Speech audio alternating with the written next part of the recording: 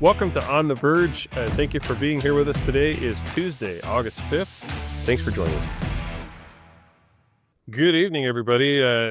This is the On the Virg podcast, the truth in podcasts, and your conservative voice in Southern Oregon. And my name is Virgil Osborne. I'm your host. I am your state representative. And I have my sidekick here, Trent. I'll let him introduce himself as usual. Absolutely. I'm Trent Drake. I'm the executive chair of the Douglas County Republican Central Committee. Great. Well, thanks for joining. Yeah. We're trying something new here. If you could imagine the amount of technology staring at me right now, that besides my cell phone, there's a bunch of technology staring at us this direction, and they're actually going to have this as a professional show. At the end of the show, they'll put it out and it'll look really good. But tonight we wanted to go live for a couple of reasons. Number one, it's my 57th birthday. All right. Happy birthday. I made it. I made it to 57. So today's that big day. And number two, we're going to be at the Douglas County Fair. I've already been there most of the morning this morning, setting up the booth, and we will be there live. I'll be there every day at the fair, pretty much till closing. And I'd like to invite everybody down to, ask questions, have conversation. That's why we're there. Transparency is important to me. It's important to the Republican folks here. And, we want to be able to answer questions and talk about the future and, just talk about what we need to do to make this part of Oregon a little bit better place to live. So before we get started, I want to do a couple things. I want to, first of all, thank Little Mill Media. They are I guess, the folks that are actually handling all of this technology and making us look good, at least on a cell phone from a distance. Yeah. And they do a great job for us. And I've always told everybody, if you don't like my podcast, talk to Little Mill Media. They can put together a podcast for you. This is our podcast, and we certainly enjoy getting to interact with the public. Also, Twin Peaks Off-Road, my company, sponsors this as well, and also Diamond Lake Mini Storage as well. And we appreciate all of the sponsorships that we get. It helps pay for getting the message out there and keeping public engaged. And tonight we're going to talk about a few things that I know people are really concerned about, being like special session and taxes and a few other things as we go here. But I want to start out with it's been a heck of a couple of weeks for me. I've been back from session, and what I wanted to do is go to Eastern Oregon, take my Jeep and my tent, and go far enough away that my cell phone didn't work. And by golly, I got it done. I don't know if you saw my photos, but we only had one rattlesnake occurrence, so that was good. Nobody got bit.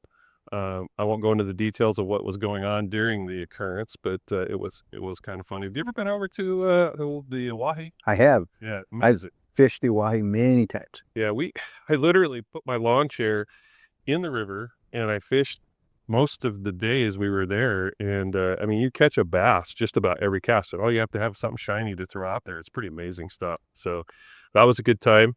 About 1,500 miles round trip in a Jeep, towing a trailer and a tent. To me, it's heaven. It's getting away and getting to do some fun stuff.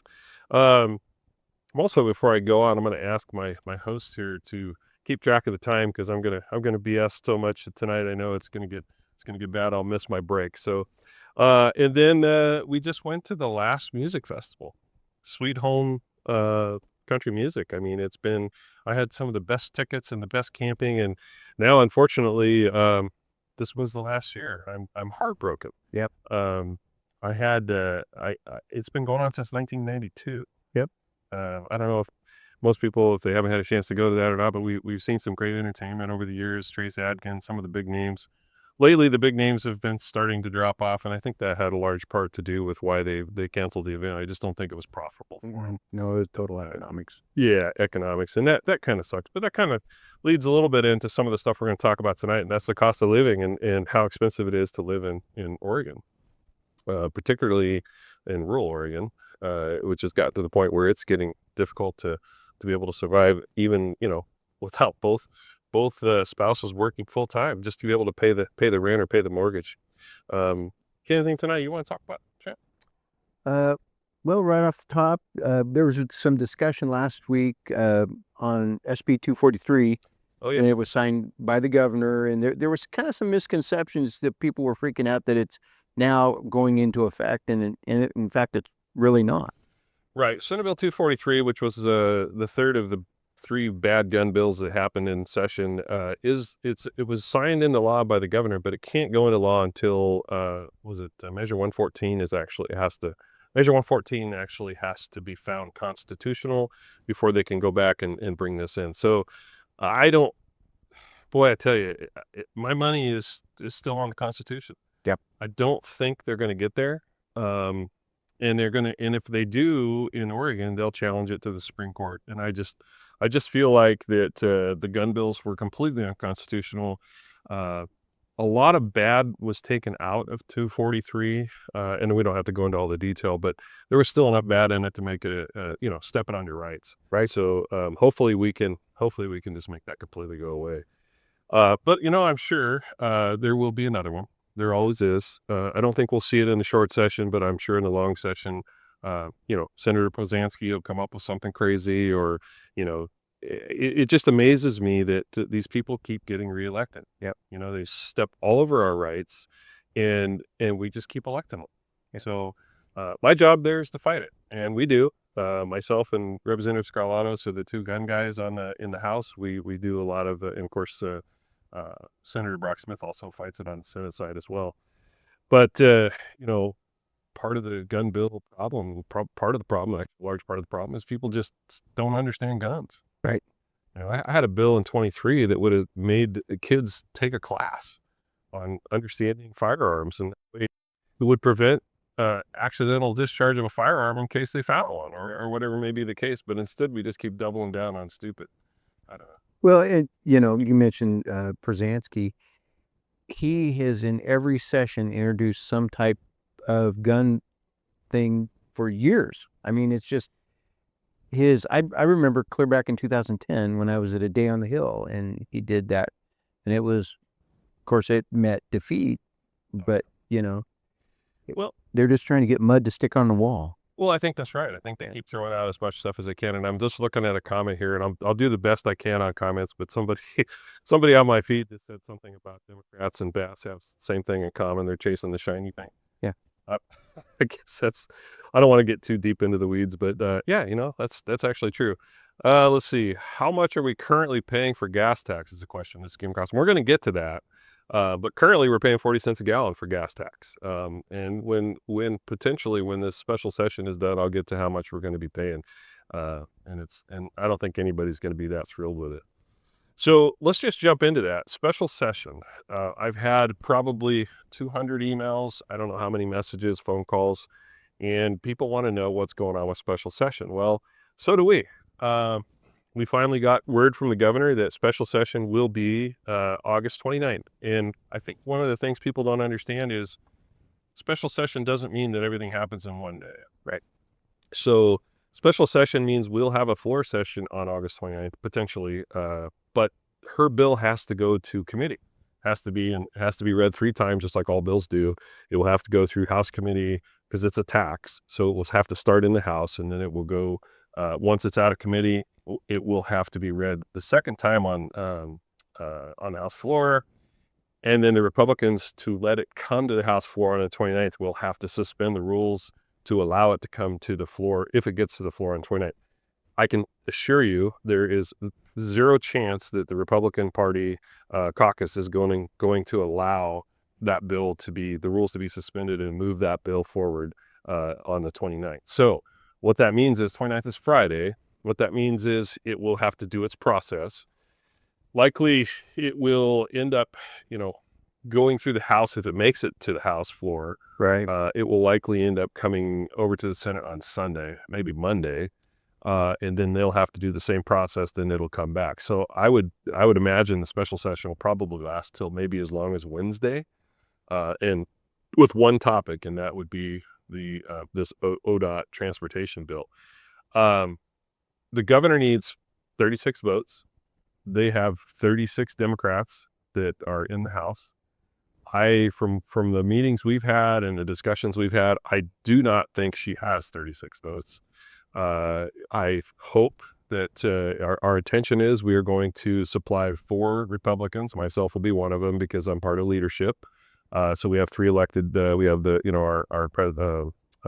guess our chair and our vice chair, and then I'm the whip. But we will provide 3+1. My understanding that'll be Shelley Bossart because she is kind of what our professional on transportation. And so that makes 40. That'll give them quorum, but they're going to, if they want to pass this bill, they are going to own it. What are your thoughts on that? They should own it. My understanding too, there's going to be some goings on, rallies there. I've heard that. Yeah, I hope there is. I hope that as far as I'm concerned, this is an important enough thing that should be just like the timber guys when they came to the Capitol. We want to hear your voice. Yeah. I mean, if we can get more and more people there to talk about how bad this is for Oregon, for our way of life, it would be fine.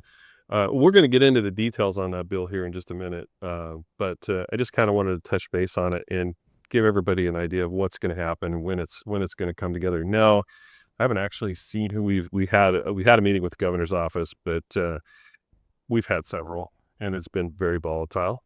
The governor's not happy. She's not happy with her own party because her own party let her down on this. They had the opportunity to pass it, and they were not able to get it passed. So, and I will mention to everybody, this is our first time going live on Facebook feed. So thank you for joining us if you're on there. I'm trying to kind of take a look at the comments. If you do have a question or something, please comment between myself and our hosts over here. We can hopefully catch some of the comments if there is a question, and I'll try to answer it. And thank you for the happy birthdays. Kayla, I see you're on there. Thank you very much. I appreciate that. I don't feel that old. Do I look old? Don't am married. Yeah, it's coming from me, right? Yeah, I get a phone call from Trent this morning. He says, "Hey, AAR Page just called and they're looking for you." I'm like, "Well, thanks a lot." Right. So, I part of the thing I like so much about this job is the fact that I grew up here. Right. I hunt, I fish, I hike, I do search and rescue. I race Jeeps here. I play in the woods. I camp and I've done it for 57 years. And just as much as you have, I mean, I think you've lived here your whole life as well. Born here. Yeah. So it's just one of those things people just don't understand. Let's see. We got a comment here. Oregon needs Doge Watch Committee and an audit required annually like the state requires of cities. We're going to get to that. That's actually part of the governor's bill, which will actually increase the audits. So that's kind of good. So let's touch real base here real quick on what the governor's bill looks like. And I have not seen a number yet. So there is as far as I know, there's actually no House bill with a number, but it's coming, I'm sure. Right. So gas tax is going to increase 6 cents per gallon. This is by her bill that she's proposing. And I will add, they absolutely just declined to hear any of the Republican response to this. So they do not want to talk about compromise. They did not give in on any bit of any of it. They pretty much said, this is what we're going to do. Kayla, I saw you have a comment on where you can sign to recall Kotek. I believe there's going to be a booth at the fair that will have petitions there. We will have it at our booth. Okay. And it'll be at the Republican Party booth as well. Yep. If you're, and I don't get a little sidetracked, but I want to answer as many questions as I can. If you are signing online, you are wasting your time. Yep. You have to sign. There's a procedure that has to be done through the Secretary of State, literally right down to the type of piece of paper that it is you have to sign. So don't sign online. Go in person. Sign. And I see there's also at the River Creek Liquor Store. So, and thanks for your question, Kayla. So of the 6 cents per gallon, and the reason why the 3 cent per gallon thing failed back at the end of session was that the governor proposed taking all of the money away from the cities and the counties. And for those of you who don't understand how that split works, so ODOT right now does a 50-30-20 split. So the money that comes in from taxes, 50% of that goes back to ODOT to run their operations. 30% goes to counties to do county road construction projects or whatever it may be. And 20% goes to cities. Well, her original proposal at the end of session, which failed, took away that split altogether. So it would have been 100% back to ODOT, but it was only 3 cents. Now they've upped it to 6 cents, and they're going to keep the 50-30-20 split. So, I mean, it's better. It's still a tax. I'm still the anti-tax guy. So I don't know where that's going to go. That will be something they're going to have to decide. Some other things in there. Vehicle fees. They're going to raise vehicle, fees, $42 per vehicle for your registration. They're going to increase title fees by $139 per car. That doesn't sound like a big deal, but it is a big deal. To talk about the dealers. I mean, the dealers that sell cars, like your dad, actually, that's gonna affect the price, the down and financing. Um, let's see. They are also going to add an additional $30 fee for EV vehicles, electric vehicles. I really don't have a problem with that. Electric vehicles don't pay gas tax because they don't use gas. So, although I'm not for any fees, and I will be a solid no on this, if they are going to shift money, then they should shift it to the EVs. But I just don't think $30 is going to raise enough to do much. I don't either. This is a big one, and this doesn't. People just don't really see this, but there will be a 100% raise in what the payroll tax is. So we all pay 0.1% of our income goes to our tax goes to transportation districts. It's going to go from 0.1 to 0.2, and yet you won't see a lot of that. It's not going to be like you're going to look at your check and go, oh wow, I got a big chunk, but it's a big chunk when you add it all up. It's several $100 million. So that's part of this. They're also talking about a road use charge for electric vehicles starting in 2027. And that's a little undefined right now. Right. So we don't know what that looks like. I haven't seen the bill yet, so I don't know if they're planning on, eventually, telling us what that's all about. What do you think so far? I'm out, man. I'm not voting for it. Well, my goal is to keep people from leaving the state. Right. Well, and that's just, we were talking about the earlier cause and effect. So we got the cause. Now talk about the effect. Talk about the effects. Yeah, for sure. And we are, we are running businesses and people out of the state. We're going to get into that here, the second part of the show. Let's see. Going back to the original questions about Oregon Doge. So this bill also does create, and it's done by the Secretary of State, more frequent performance audits on ODOT. So if there's any good in the bill at all, that would be the one good thing.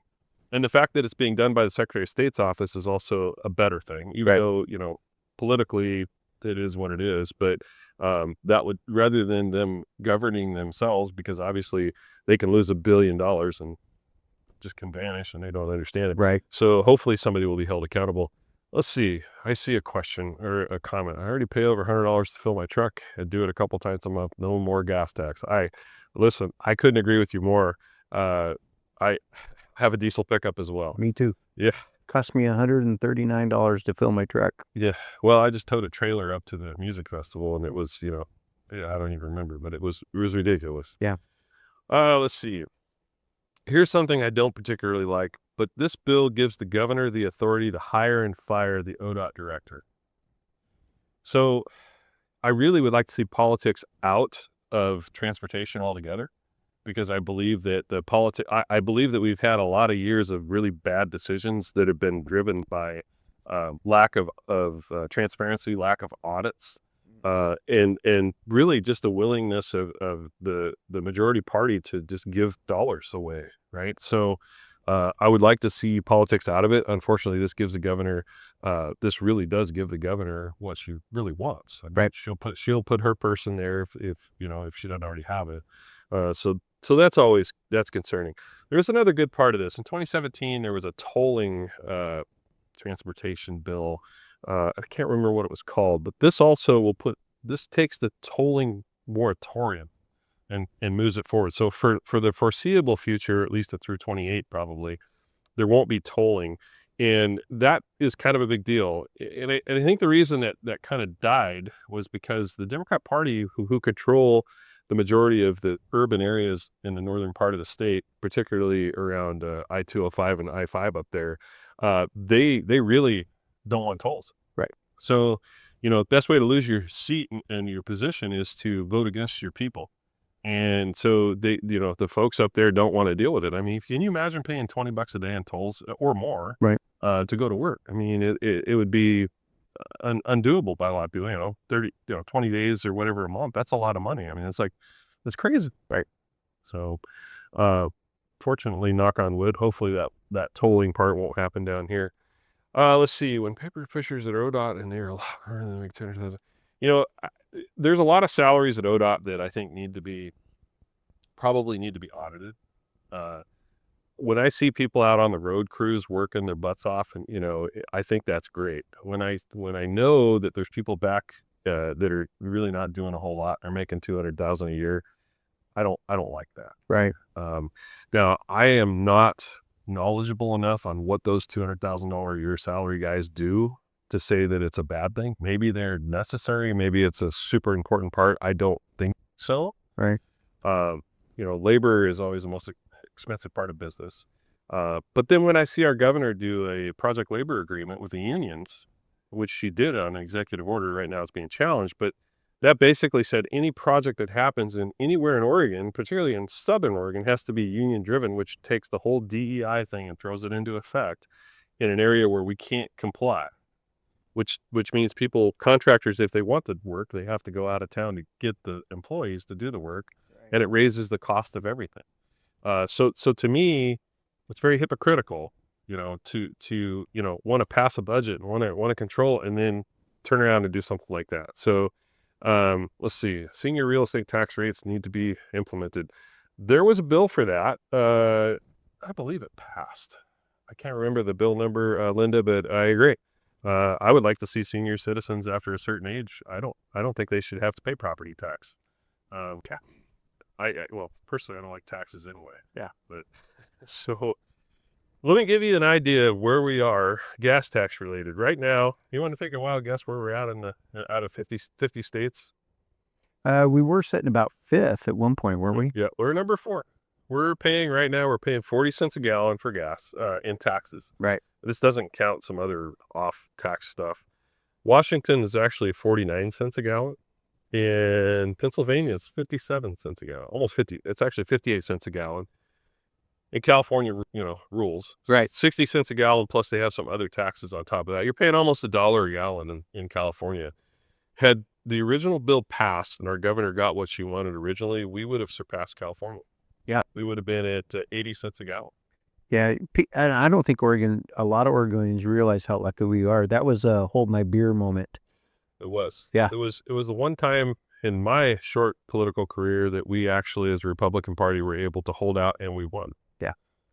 And for those of you who don't know what happened that night, we just kind of beat them at their own game.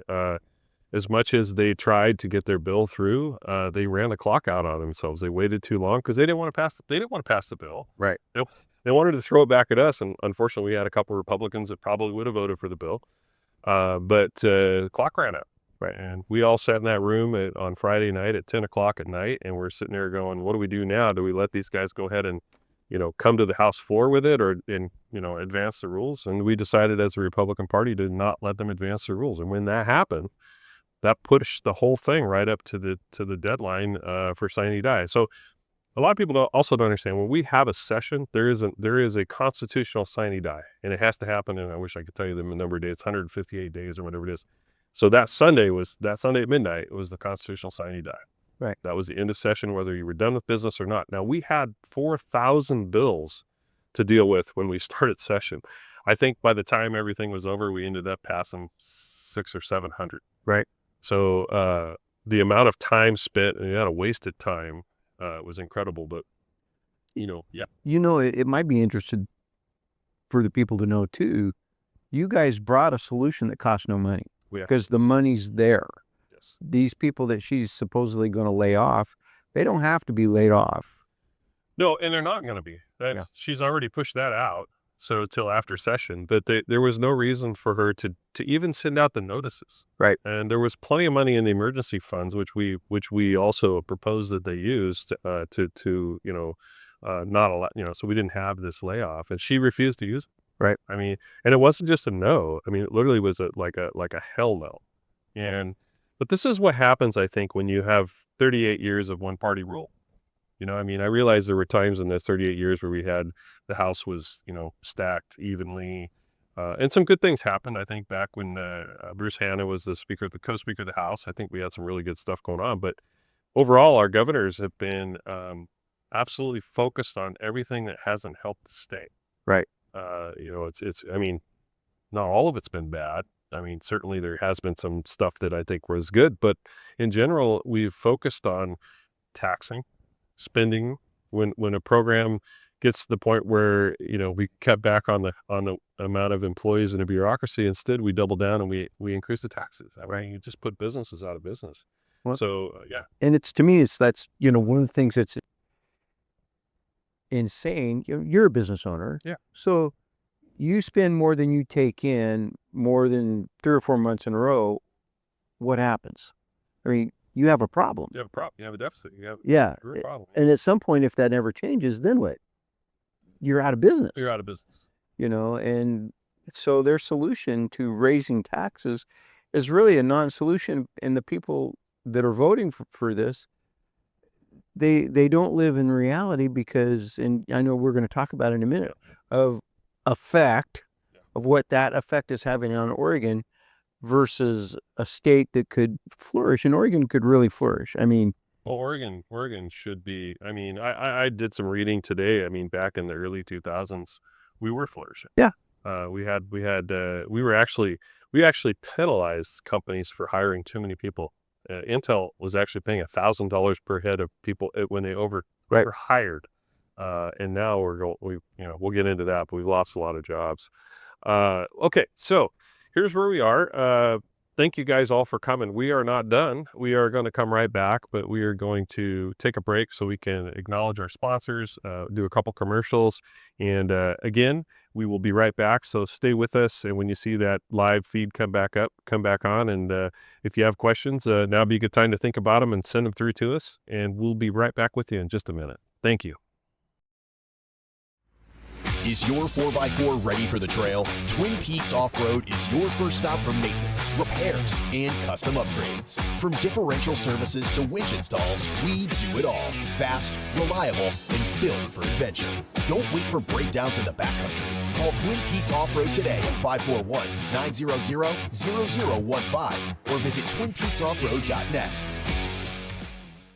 Keep your 4x4 off the roads and in the adventure. I want to thank one of our sponsors of this show, Diamond Lake Mini Storage. If you need a little extra space, I will always recommend Diamond Lake Mini Storage. They have 45 brand new units ranging from 50 to 250 square feet with a safe and secure and clean facility. But they're more than just a storage business. They proudly support our local community through 4-H, UAC, Meals on Wheels, and other great programs that make Roseburg stronger. Ask about their move-in specials and visit them on roseburgforrent.com. That's roseburgforrent.com, storage with heart right here at home. Welcome back to our live broadcast tonight, and I'm going to give everybody a couple minutes to get back on here. Sorry we had to cut for commercials, but we'll have some different formats in the future, so we won't cut away for too long. But hang in there, and in a few minutes we'll go back to it here.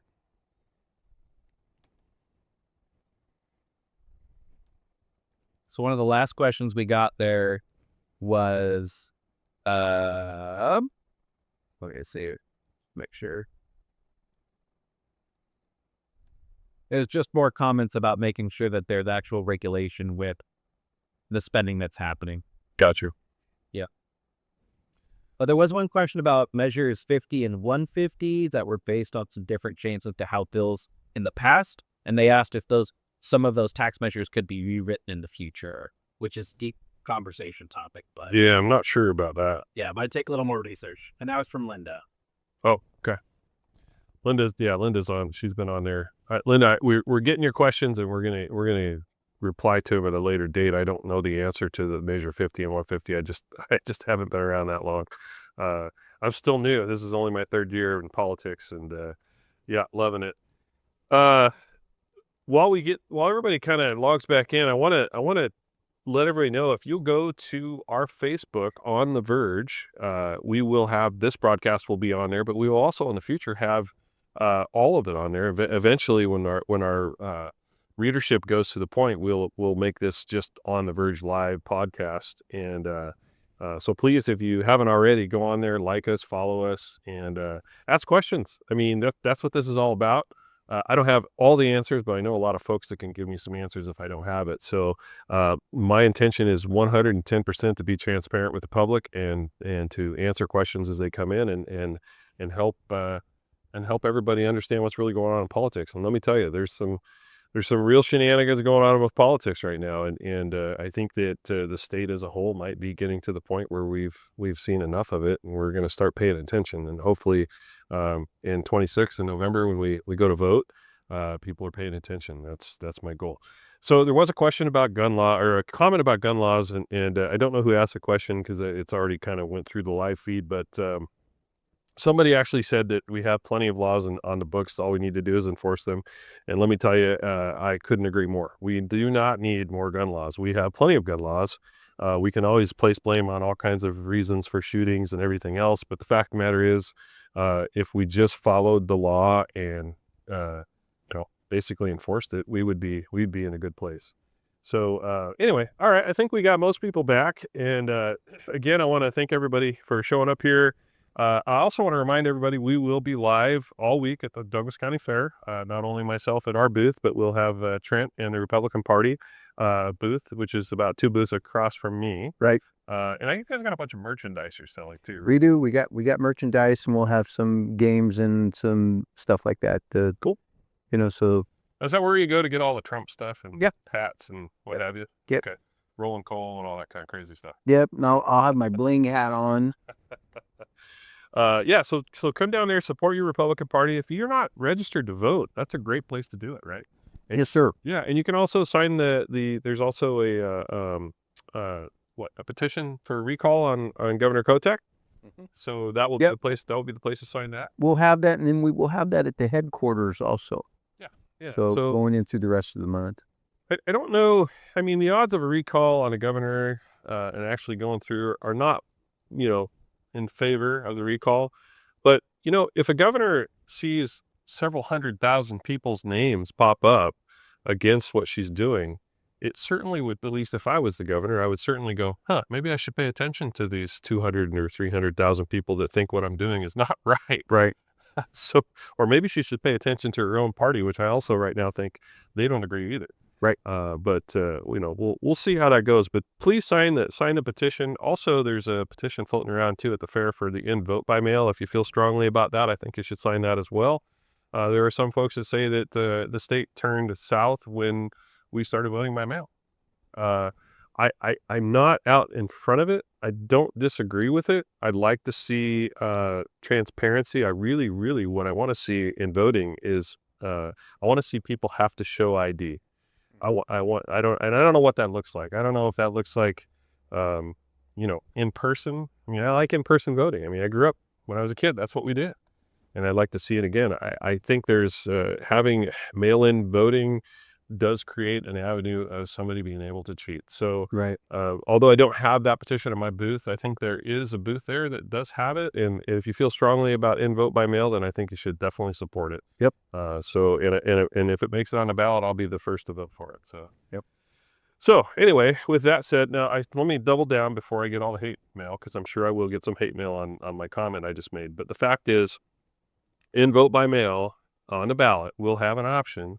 If you are not able to leave your house, or if you're handicapped, or you have a reason why you want a ballot in the mail, you can still get your ballot in the mail. That's not an ender for everybody, but it will clean up the voter rolls. Yep.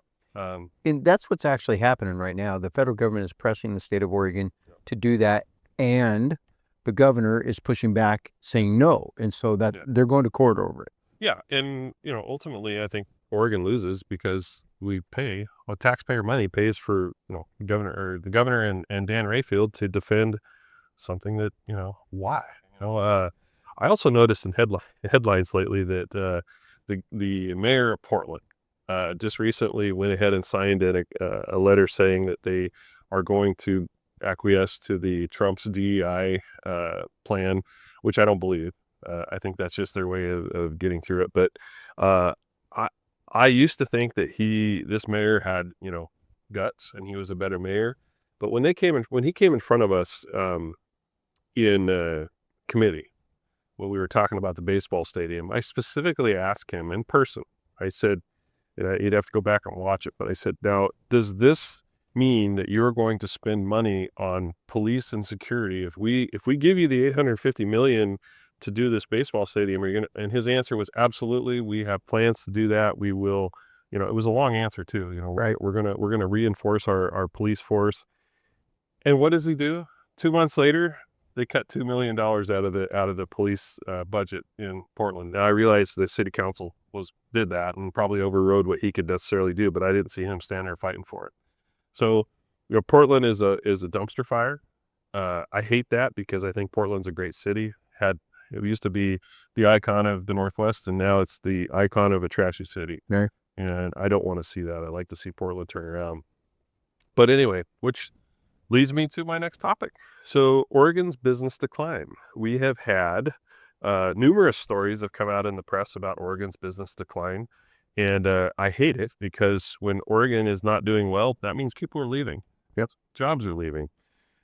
Just in Roseburg area alone, we've seen, if I got my numbers right, and I'm probably going to miss one, but we've lost Big Lots. We've lost Rite Aid. We've lost Joann's Fabrics. We've lost C&D Lumber, Roseburg Mattress Store. Yeah. RFP Particle Board plant, Round Table Pizza recently. And the one that just tears me up is Umphaw Survival. I mean, Carlos has been a great dude. I mean, he's been nothing but great for this community. He's pumped a lot of money back into, events and special events and helping out with auctions and what have you to support different causes. And to see those guys go away, it just kills me. Yep. What's your thoughts on that? Well, it hurts, 'cause we've got to realize that every time a business goes out, that means one more turnable dollar goes away, and the velocity of money is starting to stop. And that's folks, that's not good. The velocity of money is what makes jobs, where my employee gets $1 and that person goes out and spends it, and that person, and so forth and so on. And they quit buying cars. They quit going to the wildlife safari. They quit doing the things that make our community viable. Well, and bigger businesses are literally packing up and leaving the state. Yeah. They're going Yeah. other places. There's a list there. Yeah. I recently was in Nevada, and I've said this before, but I was recently down in Reno Sparks area. And I mean, it is just crazy the amount of growth that's going on there now. That's a blue state. I mean, they're just a common sense business state. They want business there. If you drive in on Interstate 395 South out as you come into Reno, you'll see just there's all these data centers and Amazon fulfillment centers, just one after another. Each one of those businesses employ, data centers, not so many folks, but the Amazon, the trucks coming in and out of there alone, probably several thousand people just in that area. And then as you go out towards Sparks and you cut down, like if you're going to drive to Vegas, I can't remember the name of the cutoff of the city, but it's just crazy. I mean, there is businesses blowing up everywhere. And let's see, we got a comment here. People feel their vote doesn't matter, so they don't vote. Last special election was abysmal. Yes, people do feel like their vote doesn't matter, and that is a real problem. Yeah. Can I lean into that a little bit? Lean into that. So if you're out there and you think your vote doesn't matter, it matters. And I said this before in the last gubernatorial election, our Republican Christine Drazen lost by roughly 60,000 votes. There were over 100,000 Republicans that didn't vote, and their number one answer was, my vote, I didn't think it counted. Your vote counts. If you don't vote, you're actually voting for the other side.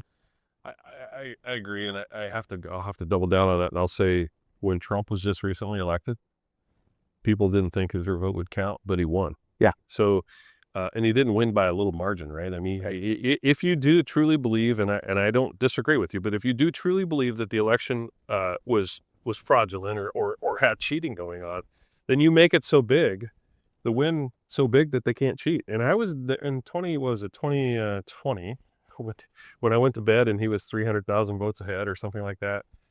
And I woke up the next morning and he was 300,000 votes behind. I was like, are you kidding me? I mean, how do you lose that many votes? But I mean, it happened. And, was the election stolen?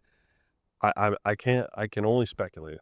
And I think anybody can only speculate. I don't know that there was ever enough proof given to say, what happened. But Trent's right. Vote. Let's see. We have another comment. I've also voted Republican my entire life, and I'm 67. Well, I'm 57, so thank you for that. I've voted Republican since I was able to vote, and I'll continue to vote Republican because I kind of like it. Now, I will also say that this podcast is obviously conservatively spun, right?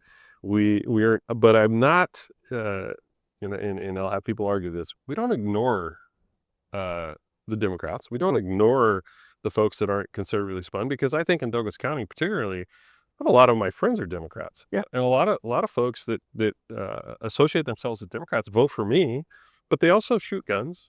They go camping. They cut timber on their property. And one of our mutual friends I can think about cuts timber from his property, and he's a Democrat. He's part of the Democrat Party. There's things that we fundamentally will never agree on in their stance on abortion, their stance on guns, and the stance on taxes. I mean, I can't get there from here, right? I mean, Right. I'm not a tax fan. You're not taking my gun away, unless you might get the hot end of it someday, but you're never going to get my gun. And abortion, of course, I have my 3 reasons why abortion could happen, and one of them does not include an abortion at birth. Right. So I mean, that's I don't even want to get into the weeds of the whole transgender bill and the abortion bill. That's done. It's been passed. We can't. If to run on that issue would be a waste of time. Yep. So we're not even going to do that. Let's see. I have another one. I have a statewide petition to repeal the law that requires non-motorized boats to have a permit. Yes, that's another great one. I think that bill passed on a Friday through the House, because I did not vote on that bill. I don't think I was there that I can recall. Right. Because that's a horrible bill. So, but yeah, I think even Kotek has paused that a little bit. I don't know if I don't think she vetoed it, but yeah, it's a horrible bill. It somehow got through the House and made it to the Senate. So anyway, more to come on that one. All right, so let's go into Oregon's business decline. So I summarized why I think Oregon is having a business decline, and number one, I think, is a workforce availability. Right. I mean, and I can go all the way back to the fact that our schools we have basically made it to where if you don't get good grades, it's okay. We're going to give you a free pass anyway. Right. So how are we teaching our kids? Are we putting our kids in trade schools? Not really. Mm-mm. Are we teaching them the trades? Are we teaching them to succeed in school? I mean, back in the day, we did. I mean, when you and I went to school, I did college prep, and you probably did too. Yep. And it's just like we've taken our eye off the ball. We're not focusing on that anymore. And to have that broad experience. I mean, my wife found out last night. She goes, "I didn't know you knew how to weld." And I said, "Well, I do, but not very well." She goes, "Where'd you learn that?" I said, "Well, in school, because we had those classes. We had shop, we had welding, and did the various things that you could do. And a lot of those, they don't have them anymore." They don't. And I think we need to focus on that. I think it's important to go to college, but not every kid needs to go to college. I mean, some kids, heck, you can be an HVAC installer, yeah, and make $100,000, or more. You can own your own business even doing it. So I think there's a lot of options out there. Yep. The other thing that's really making it hard for business in Oregon is regulatory environment. Yeah. I mean, just to get anything done to open a business here is almost impossible. I mean, it's like there's so many hoops you have to jump through, and that doesn't even. I'm not even talking about the environmental hoops that, like, the mills have to jump through. Right. The DEQ regulations, and it's like that's state bureaucracy. What they're doing is they're saying, well, we think it's important that we have a good economy, but not so important that we're going to allow you to actually do your business without paying to the point where you can't afford to be in business. Right. And that's another big one. And then, of course, land use regulations. I mean, Oregon has the strictest in the nation zoning laws. We just passed a bill this last session, House Bill 3921, which actually allowed some urban growth boundary swaps. But when you look at Douglas County, and if you want to build something in Douglas County, it can't be in the wetlands, right? Mm-hmm. Everything's wet. Find me an acre in Roseburg city limits that doesn't have wetlands on it. Yeah, I live on the side of a hill, and it's wet. Yeah, and that's an environmental issue. All right, I mean, we have catered to the environmentalists for so many years. We've managed to finally kill development, right? And what comes of that is lack of housing, and what happens with lack of housing is homelessness. Yep. Right, and we have spent literally probably billions of dollars on homelessness since the 2000s. And what do we have to show for it? We have the worst homeless problem we've had ever. And there's lots of ways to look at it. We can blame it on this. We can blame it on that. We can blame it on drugs. We can blame it on crime. We can blame it on all kinds of things. But the fact of the matter is nothing that we have thrown out there worked. Right. And accountability is not even on the table. Right. And until we get to that point, I just don't know. CNBC just recently did a ranking of states, and I pulled some numbers on Oregon. Our economy ranks 41st out of 50 in the nation. To be the governor of a state that used to be in the early 2000s and prior to that, we were a booming economy. People used to call it double paychecks because you got your paycheck plus you got to live in Oregon. It was like that was considered a paycheck because it was such a beautiful place to live. Right. We've dropped from probably in the ranked in the 2 or 3 top to number 41. And that's happened over 38 years. Did you see the estimate of the federal logging in Oregon, what it would bring in? I did. I didn't write the numbers down, though. 15.6 billion. Yeah. Yeah. And they're trying to fight that and not do that. And it's like, but it does two things. Of course, we talk about the fire mitigation, which you know firsthand, but also, that's 15 billion. Yeah. Billion with a B. Yeah. Right. Yeah. It is. Now, Trump's big beautiful bill did some things with the federal forest land that weren't great for counties. What pretty much being the number one thing being is he did take away the cut that the county would get from federal lands. Right now it's 50% or 100%, not 100%, but there's a high percentage of a tree that's taken off BLM goes to the counties. That's problematic, and I'm sure that's being addressed at a federal level. But the fact is, even if we started to cut timber, all of the benefits, even if we didn't get that benefit, we would have businesses back in business. We'd have log trucks on the road. We'd have loggers in the woods. We'd have saw shops working again. We'd have tire stores putting tires on log trucks. We would have equipment sales up again. All of that money goes into the economy. And then I don't have to listen to the folks in Tiller tell me how, Tiller's, gone to hell and there's no money being spent there. Well, yeah, there's no money being spent there because there's not a single log truck coming down the road. Yep. And frankly, the pavement on those forest roads was put there by loggers. Yep.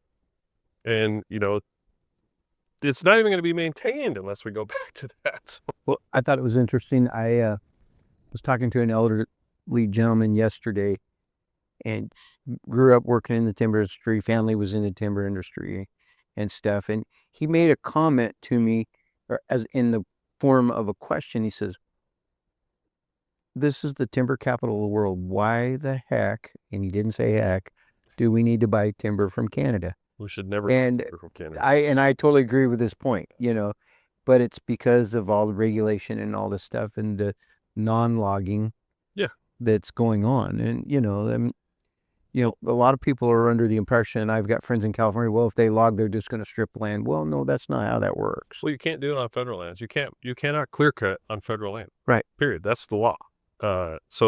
Yes, can you clear cut on private timber land, OSC land? Yes, you can. Yep. But if the North Umpqua was being managed, not only would we have an asset coming in, we would also have forest fire protection. Right. And I'm working on some bills coming up. I don't know that I'll get it done in the short session, but in the long session, I'm working on a bill that will actually help relieve for fire breaks. I think it's important that we do that. Let's see. So let's move on.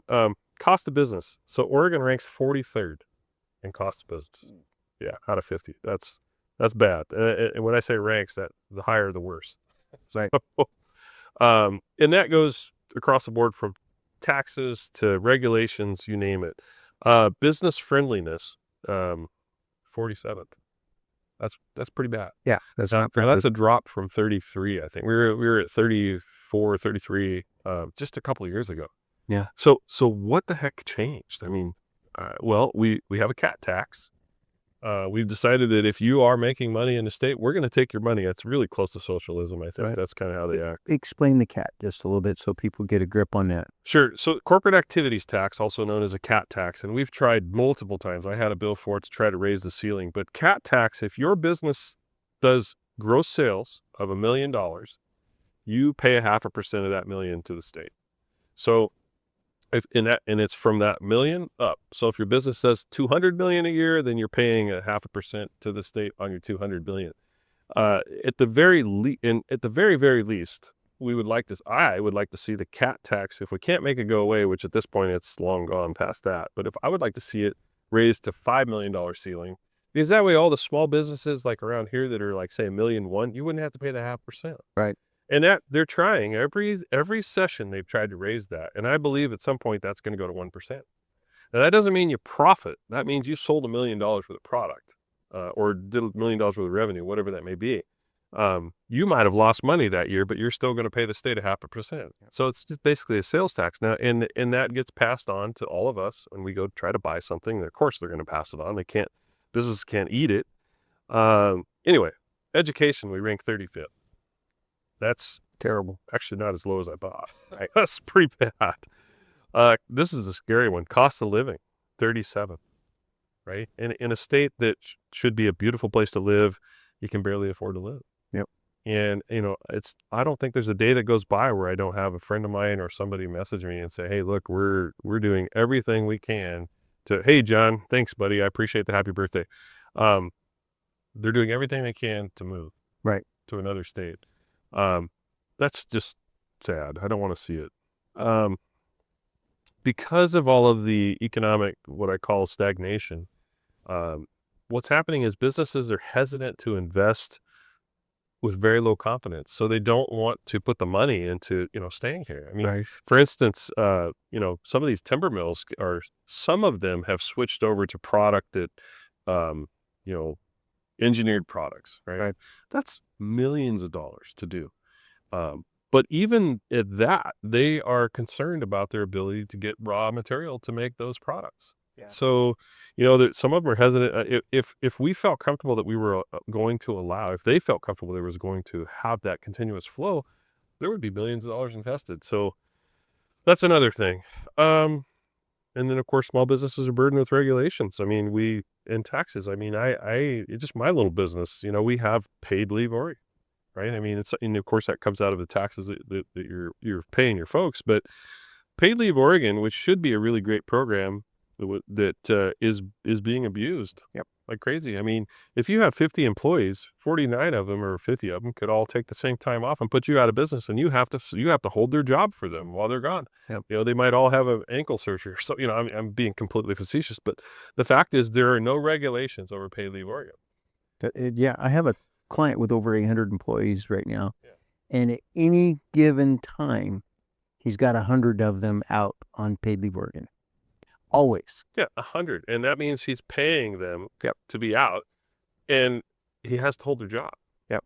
So I don't even know that I call that a win for unions. I think that was a travesty for the whole state when that passed with no regulation. Right. I mean, if they regulated it to the point where, put some guardrails around it, say, only, so many people can be out or whatever the case is, so that you don't hurt business, but they just won't do that. Yeah. So, anyway, some other quick numbers. So Intel is down 5,400 jobs since August.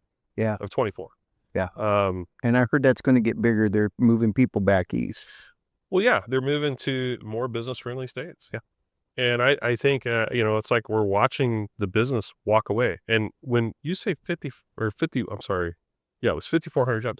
Those are not $25,000 a year jobs. Those are $100,000 a year jobs or more, probably average more. Some of them are a lot more. Right. So if you take, I didn't do the math, but you're taking millions of dollars out of the economy that could be spent on groceries, having your nails done, getting your hair cut, whatever the case may be. And we're just not paying attention. I mean, the legislature is sitting here going, we're not paying attention at all. Eric, let's see. My union isn't allowed to use Paid Leave Oregon. Well, that's a new one on me. I've not heard that. So that's scary. Multnomah County itself has lost 5,100 jobs in the past 12 months.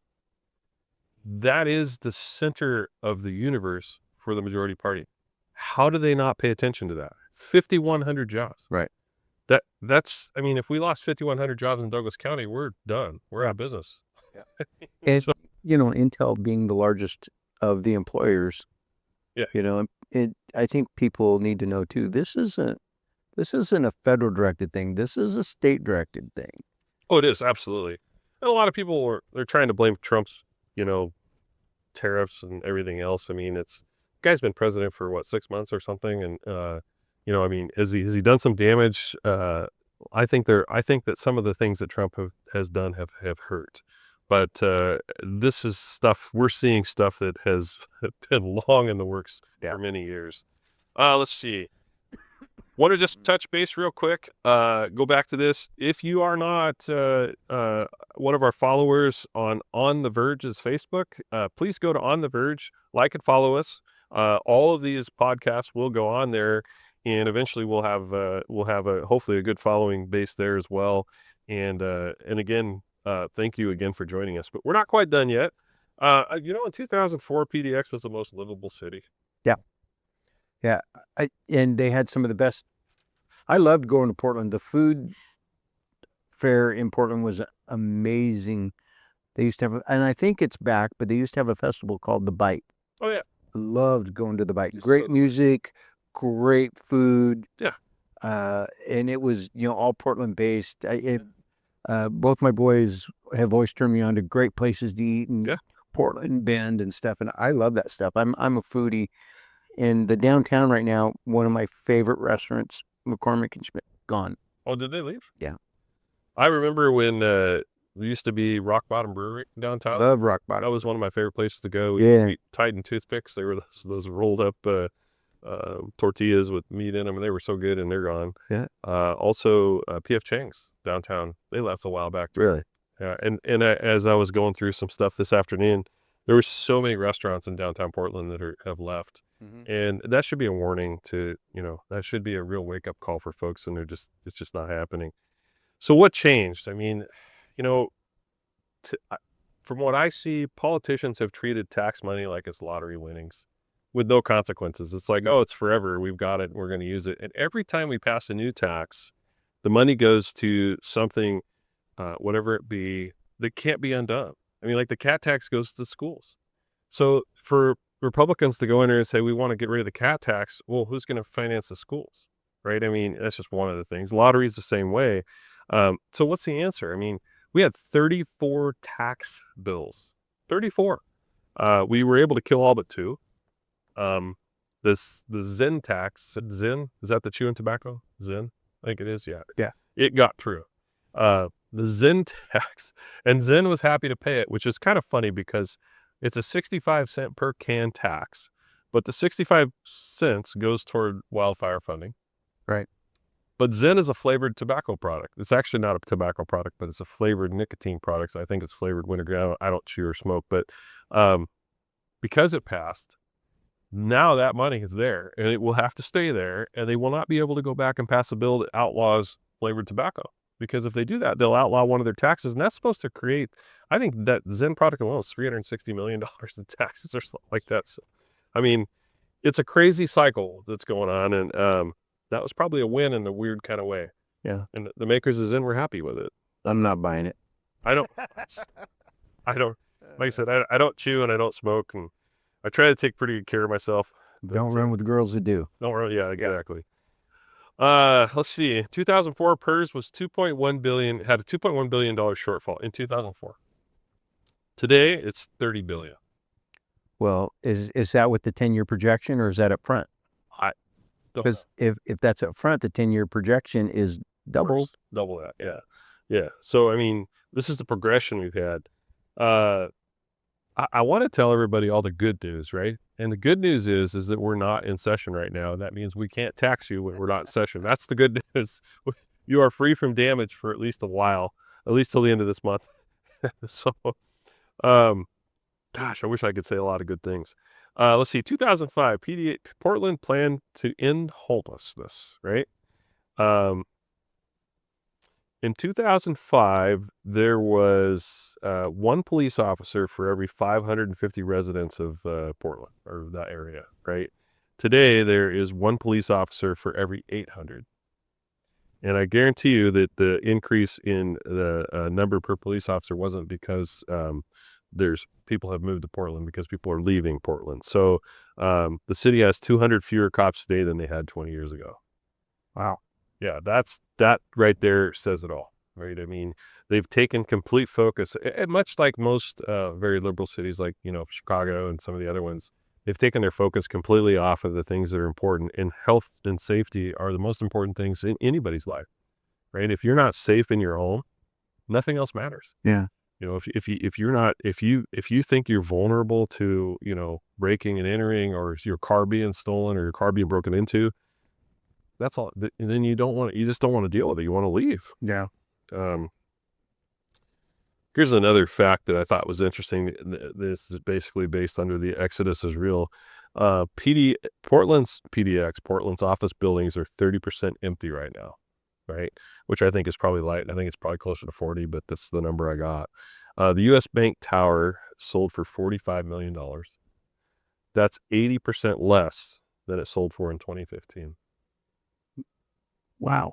It's crazy numbers. So Yeah. somebody got a smoking deal, $45 million. That should have been a $100 million building, and it sold for $45 million. And I think it was mostly vacant, and I think it'll probably stay vacant. And it's an impressive building if you've ever been there. Oh yeah. Let's see. I have a comment. We funded great schools without these taxes in the past. You're absolutely right. The timber industry funded a lot of that, right? Counties where Douglas County, it used to actually be a very rich county. Yep. I grew up in that era, Yep. that was a thing, and you didn't have to pay to play sports, and you had that quality around you. Your equipment was in good shape, and even the big schools are having to just fundraise and struggle. We had some of the best schools. We had some of the best school buildings. We had the best courthouses. We had the best. I mean, I know you go into the woods, and like I said, the roads are paved. I mean, how many? Those roads haven't been maintained in years. Right. I mean, we had good bridges. We had good road maintenance. All of that stuff, and it's just not happening anymore. And that's what we need to get back to. I have a few of my friends across the aisle that will say that the reason why Douglas County is in such bad shape is because of our commissioners and all that they've done. And the first thing I think when I hear that is like, where have you been? Right. Wake the hell up. We have to follow state law, right? State law says that money coming into the county has to be spent in different buckets, right? The Save Our Rural Schools Fund has to be, spent a certain way. It's not like you can just take that money and go down and buy a bridge or pay for a bunch of homeless camps. That's not how it works, right? Right. Douglas County is facing a budget deficit. I mean, we've got a few years left, and we're spending on money that, and of course, this flood that just happened got into our reserves pretty deep. Right. And if you didn't follow me on social media, I immediately got on the phone with the governor that night when the floods hit. And we've been working really close with the governor, and we actually got Trump to declare the FEMA disaster. So we're going to make back up some of that money that we lost. But, I mean, without what's going on with our county commissioners not managing what they're managing, we would be in dire straits right now. Right. And I see it with people complaining about the parks, and it's like, oh, well, the county's closing this park or spending money on this park. If a park is consistently losing money and the county don't have the money to even maintain it, what do you do with it? Right. The public's not going to come in and pay the money, and let alone liability insurance on it, right? So I mean, it's a very difficult. We're facing some times, I think, coming up in the next 10 years or less, probably the next 5 years. Going to be very difficult times. We're going to need really tough leadership to get through that stuff, and I'll. Let's see. I think the commissioners told us we have not received. Yeah, we haven't received the Secure Rural School money for 2 years, and I think we just got it back. I think we did get a portion of it. So, and I see Eric is commenting the Heinz mill closed, killed the Burns Heinz area. You're right. Yeah. Absolutely. And I mean, I can point fingers at all kinds of different directions and as to why that is. So anyway, we're getting really close to wrapping up here. I want to just again thank our sponsors, Twin Peaks Off-Road, and also Diamond Lake Mini Storage. But I also again want to thank Little Mill Media for putting this on. Like I said, if you could see the amount of cameras and stuff they're actually facing us right now, it's pretty amazing bunch of stuff that I wouldn't want to put together myself. But they do an amazing job for this and other advertising that they do. And I think the Republican Party also for just being part of this and trying to be part of the solution. And thank you, Trent, for putting together the fair booth again and doing all that work. And any closing thoughts? Well, I would just say, come visit us at the fair. Let's have a conversation. I'll be there tomorrow night and Thursday night. Come see me. Let's talk. You know, if I don't have the answer, I know this guy. We'll find the answer for you. Yeah. Also, I have Kyle Bailey coming in at 12:30 tomorrow, so I'll be live on the radio tomorrow. We'll talk about. I don't know what Kyle wants to talk about yet because he didn't tell me, but he never usually does until about 10 minutes before I go live on the air. So, that's I'm used to going live without any of the answers and just figuring it out on the way. So, I again just want to thank everybody for joining us. I'm really excited that we finally have got to the point where we can take this live. I want to be transparent. I want everybody in this district and this county to to feel good about talking to us. Right. I don't know all the answers, and I certainly am not Superman. Although I think some people think I am. I get some crazy questions, but we're gonna keep doing it. I love what I do. I love serving the community. If you know my history, this is just one of the many things that I've done in the past to serve the community, and I plan on continuing that, and hopefully we can grow our philosophies and our conservative values and keep doing the right thing. Right on. Yep. With that, you good? I'm good. All right. Again, thank you everybody, and we're gonna let you go for the night, and hopefully see you at the Douglas County Fair tomorrow. And again, go on the Verge. It is on Facebook, and like and follow us and ask questions. And we'll address those questions each week. And we're going to switch from our Friday nights to this will be on Tuesdays. I don't know when it'll actually go live on the Verge, probably within 2 days usually. But you're going to see some of this stuff live, and your questions are going to get answered. So that's what we're here for. Take care. Everybody have a great night. Be safe, and talk to you later. Bye.